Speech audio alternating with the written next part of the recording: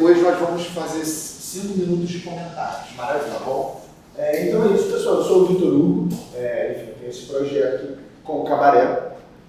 O Cabaré, enfim, desde o surgimento dele, na França, em 1920, ele sempre foi muito ligado, enfim, aos bares, que sempre foi muito subversivo, sempre teve uma energia de festa muito grande, muito pulsante no Cabaré. Enfim, há um tempo que eu fico me perguntando o que acontece que nós, como juventude, no Brasil hoje, mas enfim, no mundo, existe algum afastamento em relação ao teatro e o que acontece dentro disso. E para mim a resposta disso, por isso vem esse projeto, é que eu tenho a sensação que essas tecnologias das artes, das apresentações ao vivo, elas estão muito direcionadas para festas e festivais e grandes apresentações, enquanto na verdade o teatro, que é um lugar que a gente tem uma certa espécie de, sem juízo de valor nenhum, mas uma espécie dramatúrgica um pouco maior, com uma história, com uma ideia às vezes, mais do que apenas a festividade, eu sinto que essas, enfim, tecnologias acabam ficando de fora. Enfim, começando. O que acontece? Eu também fico me perguntando por que a gente não tem mais projetos das artes com inovações tecnológicas, culturais e sociais. E ao longo do meu projeto, eu fui percebendo um pouco do porquê. Eu confesso que eu fiquei com um pouquinho de inveja chegando aqui agora e vendo essa televisão, vendo a câmera, vendo esse equipamento de som, esse PA, porque, enfim, é muito doido, porque eu tenho projeto de inovação tecnológica e o tempo inteiro fazendo o projeto, a gente não teve muito aparato técnico. Então, uma mesa de luz, por exemplo, é uma mesa mais simples de luz. Ela é uma mesa Avolite Pérola 512. 512 é a definição de quantos canais aquela mesa tem. Então, aquela mesa tem a possibilidade de ligar 512 refletores. A sala que a gente estava pesquisando, a projeção mapeada e a tecnologia no Cabaré Cibernético, no Cabaré Futurista, eu não tinha nem mesa de luz e eu usava uma extensão com 3 tomadas, junto de uma outra extensão com mais 3 tomadas, que no final eu tinha 12 refletores ali, ligando e desligando. E eu fico me perguntando até que ponto eu me considero um possível inovador tecnológico, se o que eu fiz dentro da tecnologia teatral e dentro do cabaré, ela foi completamente limitada. Mas ao mesmo tempo, enfim, só mostrando um pouquinho perdido aqui, mas aí definições, peguei um projetorzinho bem velhinho, um computadorzinho meu, uma câmera que eu peguei emprestado e fomos pesquisando ao longo desse ano inteiro. Por algum lado, eu me senti limitado com essas coisas todas. Por outro, eu me vi entendendo, que é muito louco, né? Inovações tecnológicas, culturais e sociais. Eu sinto que inovação tecnológica eu não consegui contribuir muita coisa. Mas inovação cultural, eu tenho muita certeza de que sim, porque foi uma maneira que a gente arrumou dentro do nosso espaço, com as limitações que a gente tinha, a possibilidade de pesquisar uma projeção, de pesquisar um teatro de sombra, pesquisar um efeito ou outro, com toda a limitação que se tem. Na universidade, no Brasil, enfim, para a gente pesquisar um pouco mais e entender um pouco mais sobre isso. Ao longo dessa pesquisa toda, enfim, a introdução foi uma pesquisa moldada muito numa pesquisa de ação, assim. Então, ao mesmo tempo que a gente tinha um aparato teórico do cabaré, que a Cristina apresentou para a gente, essas inovações tecnológicas elas eram totalmente experimentais, a partir do que a gente encontrava numa sala de ensaio, encontrava a partir de uma pesquisa de um espetáculo que eles já tinham. Enfim, assim a gente foi descobrindo toda essa nossa brincadeira. Os objetivos que eu tinha com esse trabalho era poder entender uma possibilidade de criação artística, com fazer artístico, usando desses aparatos tecnológicos. De alguma forma, isso foi um pouco limado e aí eu encontrei essas outras maneiras que eu estou falando com vocês. Mas eu acho que isso não se opõe à maneira como a iluminação se deu no Brasil, inclusive. O nosso primeiro iluminador no Brasil e o iluminador mais importante se chama Jorginho de Carvalho, foi professor da Unirio durante 30 anos. E ele foi professor da Unirio por notório saber. Ele nunca se formou em nenhum curso, nada mais. Então a base da tecnologia teatral no Brasil, ela já vem de um lugar muito precário. E com uma limitação social muito grande. Por quê? Por que o Jorginho foi esse grande iluminador e a maior referência que a gente teve? Porque ele foi o cara que, quando tinha 17, 16 anos, foi para a França, lá descobriu um pouco da iluminação, e isso fez com que ele voltasse para o Brasil no Teatro Tablado. Ele jogava futebol em frente à pracinha do Tablado, caiu a bola dentro do tablado, e a Maria Clara Machado, diretora, falou: rapaz, você fica jogando bola aqui no parquinho? Vem ajudar a gente. Ele começou a ajudar a fazer luz, foi para lá, aprendeu isso, voltou com todo esse aparato. Então a gente tem uma limitação mesmo nas artes tecnológicas muito grande. Por isso que, enfim, o teatro em algum lugar continua resistindo, porque a gente tem a possibilidade de ter uma pessoa aqui falando. Mas é tão melhor quando a gente tem uma pessoa falando, uma possibilidade de uma tela, uma possibilidade de uma câmera, uma possibilidade disso tudo. Então eu sinto que os meus objetivos, que eram, enfim, desenvolver uma abordagem artesanal, bem manufaturada da coisa mesmo, enfim, pesquisar uma espécie de projeção documental e ficcional, alinhar documentários, imagens reais de jornais com cena, enfim, abrindo possibilidades para isso. Como metodologia, a gente separou, muito sem querer, o nosso processo em duas fases. Numa fase inicial, que foi no primeiro semestre, no segundo semestre do ano passado, que era onde a Peixe de Estrela estava com esse espetáculo, que era o Guerra dos Bichos, e aí eu entrei pesquisando tecnologias em cima dele. Acabou que mais para frente eu acabei até entrando em cena no espetáculo.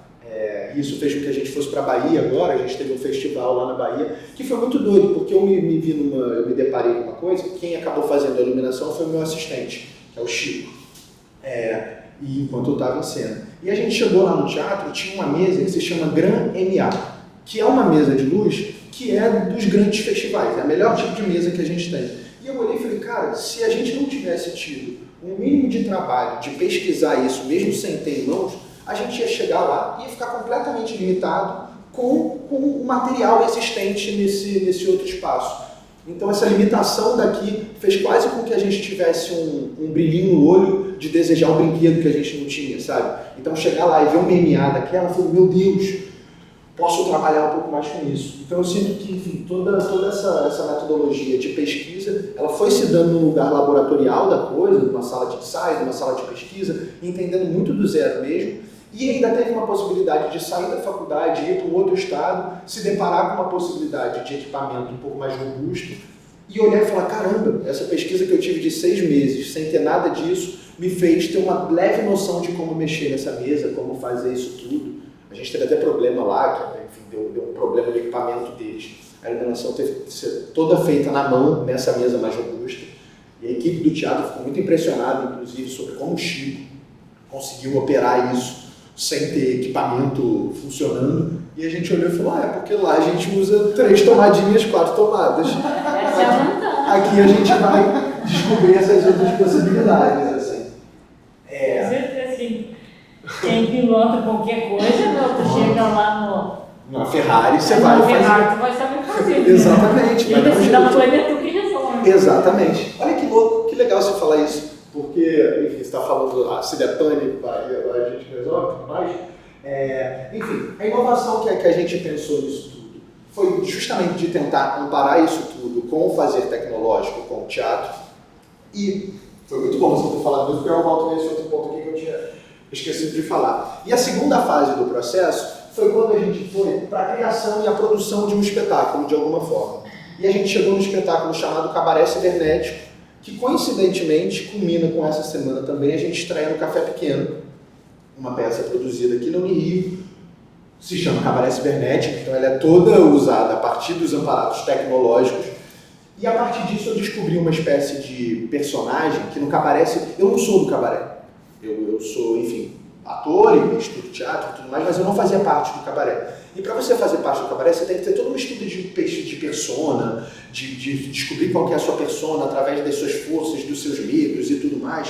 E eu não fiz parte desse processo. Então, ao longo dessa galera toda, que já fazia parte do cabaré, que tinha persona, tinha número de canto, tinha poesia tal, eu não tinha nada. Eu tinha um projetor, uma câmera e muita vontade de fazer. E eu não forcei nada. Ao longo desse processo todo, a gente foi entendendo. Cara, o Vitor Hugo é ator, mas será que ele entra em cena? Será que ele fica só na projeção, só na luz? Aqui, no Rio, não tinha como eu fazer as duas coisas. Tá em cena e tá operando isso tudo. No Café Pequeno a gente encontrou uma possibilidade e o nome da minha persona se chama Pani, justamente. Que é entender, a partir dessa precariedade toda, usar isso como recurso. Então é uma figura tecnológica ali que ela não opera no suprassumo da tecnologia, das coisas. Ela opera no mais artesanal possível e a partir disso, do erro, da pane, da persistência, ela vai descobrindo as coisas. Assim. Estou acabando. Enfim, contribuição para o projeto. Eu acho que, de alguma maneira, eu pude contribuir para criações na Unirio, tanto no Cabaré, mas em outros projetos. Então eu fiz a Indústria Urbana das Recordações, que foi uma outra peça que foi feita também, que também foi para o Café Pequeno. No Guerra dos Bichos eu contribuí. Teve Alguém Acaba de Matar o Bebê Lá Fora, que é uma outra peça na Unirio, que eu também fiz iluminação. Então, de alguma forma, eu consegui contribuir para essas produções dentro da Unirio com um aparato tecnológico um pouco maior e um pouco mais pensado do que antes disso. O que acontece muito no Rio também é que as pessoas que estão fazendo TCC de formação, que você tem que fazer uma peça, não tem curso de iluminação. Então a galera que faz a luz dos TCCs, das apresentações, é uma galera que faz a matéria de iluminação 1, e aí normalmente a gente encontra uma divergência de interesse mesmo, porque a energia que uma pessoa dá para um TCC, a energia que uma pessoa dá para um trabalho de segundo período, é completamente diferente. Então a gente acaba tendo uma galera querendo muito, uma galera que descobrindo a coisa, que é muito importante, mas eu sentia muito a galera do TCC meio carente, sabe? E querendo ou não, a gente pode trocar num lugar mais artístico da coisa para a construção dessas peças. Enfim, vamos lá, só para a gente finalizar. Aí a gente tinha a conclusão e os resultados esperados, enfim, tudo mais. Aqui, só para vocês entenderem mesmo, o que a gente consegue acabar entrando num espaço dentro da cena que te leva para uma outra camada, para um outro lugar, que é um pouco do que esses festivais fazem quando colocam um monte de luz, um monte de efeito, um monte de coisa, e fogo, e fumaça, porque te cria uma experiência que te tira do lugar comum, te tira um pouco da matéria da vida, assim. Então isso aqui, enfim, foi uma experimentação que a gente teve em sala, onde a gente pediu para cada um deles trazer imagens importantes para eles, e, enfim, que de alguma maneira se relacionasse com a autoficção, com o lugar da vida própria e com a materialização do espetáculo. Isso aqui foi muito bonito, porque enfim, esse rapaz aqui na peça, ele era o delegado, miliciano, enfim, coisa ruim. E de alguma forma aqui é uma foto dele criança atrás de uma grade. Então, de alguma forma, essa imagem aqui leva a gente para essa cena num outro lugar, que se não tivesse, não aconteceria. Quando a gente pega uma cena toda dessa e coloca, isso daqui era a gente pendurando tecido, botando projeção, você não consegue nem entender muito bem o que é. Mas era tipo no meio da sala, um projetor lá no fundo, a projeção, a tela e uma galera na frente. E ao lado tinha uma menina com uma lanterninha só no rosto, assim. O que a gente faz com isso? A gente cria uma possibilidade de teatro de sombras, onde, por exemplo, aqui a gente tem corpos que não são personificados. Não é o personagem do Pedro Danilo, da Vitória, é uma figura. A gente consegue criar imagens para além da materialidade da coisa.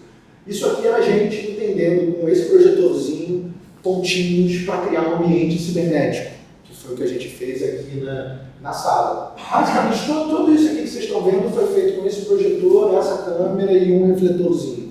Aqui a outra parte aparece, mas era uma lanterninha no rosto, assim. Em algum lugar é bonito, porque é muito precário, mas é muita vontade de fazer, assim. Então a gente vai descobrindo na labuta mesmo, assim. Isso, você chegar na Estaleão, que é essa sala, você nunca vai entender que tem a possibilidade de você fazer que no fundo fique meio azulado, com as nuvens, não sei o quê, e botar a banda com um aparato, tipo, o pessoal tinha medo em algum lugar da sala explodir, porque a gente colocou tanta tecnologia lá dentro, tanto da minha área quanto da área da sonoplastia e tudo mais, que era isso, a sala era diferente, assim, um dia tomado explodiu, mas foi uma vez só. Então, enfim, isso aqui a gente criava imagens a partir disso. Isso aqui é a mesma coisa dessa menina que em algum lugar está se escondendo, a Clara Rosa está se escondendo, e aí tem uma imagem dela criança que descobre uma maneira de relação. Aqui a gente entende maneiras de se iluminar, já que a gente não tem um refletor. Então a mesma imagem que é projetada dela criança é a imagem que ilumina ela e ilumina os colegas de cena. Então sem refletor nenhum aqui a gente não tinha refletor nenhum nessa que a gente tem em conta. Mas a gente consegue criar imagens e possibilidades de fazer as coisas serem vistas sem necessariamente o equipamento. Esse aqui foi um dos resultados que a gente teve na apresentação, que a gente fez a apresentação no final do período passado, na Estaleão, que era a nossa sala de pesquisa. Então eu ficava nessa cabinezinha com o meu projetorzinho ali, com um computadorzinho e, enfim, pesquisando muito, inspirando muito com a galera. Foi muito legal, bastante gente assistiu e a gente super se divertiu. Isso daqui é uma imagem que eu acho bem bonita. E ela, na verdade, é um projetor que desconectou do computador e deu aquela tela azul de erro. E como a gente não tinha um refletor para fazer uma tela azul, a gente descobriu a primeira vez que eu descobri que eu poderia iluminar uma cena com cor, com uma projeção. E a partir disso, vários efeitos surgiram. Assim.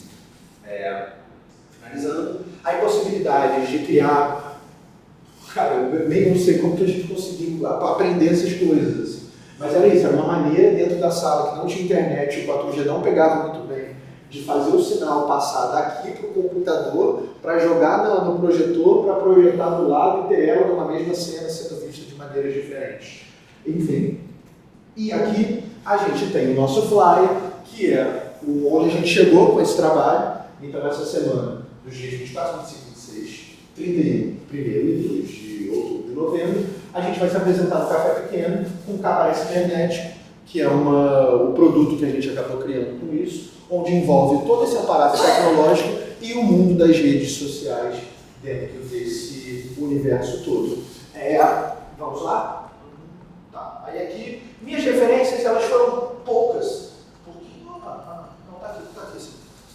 São bem pouquinhas, porque eu entendi que nada do que eu fizesse para além do que eu não sabia me limitaria mais do que qualquer coisa. Então eu estudei um trabalho, um estudo realmente teórico e prático sobre projeção mapeada, de entender como é que isso funcionava. O projeto criativo do Robert Wilson, que faleceu recentemente, que era um diretor de teatro que usava muita visualidade, muita projeção, muita iluminação, enfim. E os 2 projetos da Cristina Estrela, que foi um pouco do que me deu base para estar ali no ambiente de cabaré, que, enfim, confesso para vocês, é um ambiente muito subversivo, muito doido. Então eu que não fazia parte daquilo, chegar nisso tudo, o que me deu base foi um pouco desses trabalhos da Cristina Estrela. E essa é a minha pesquisa.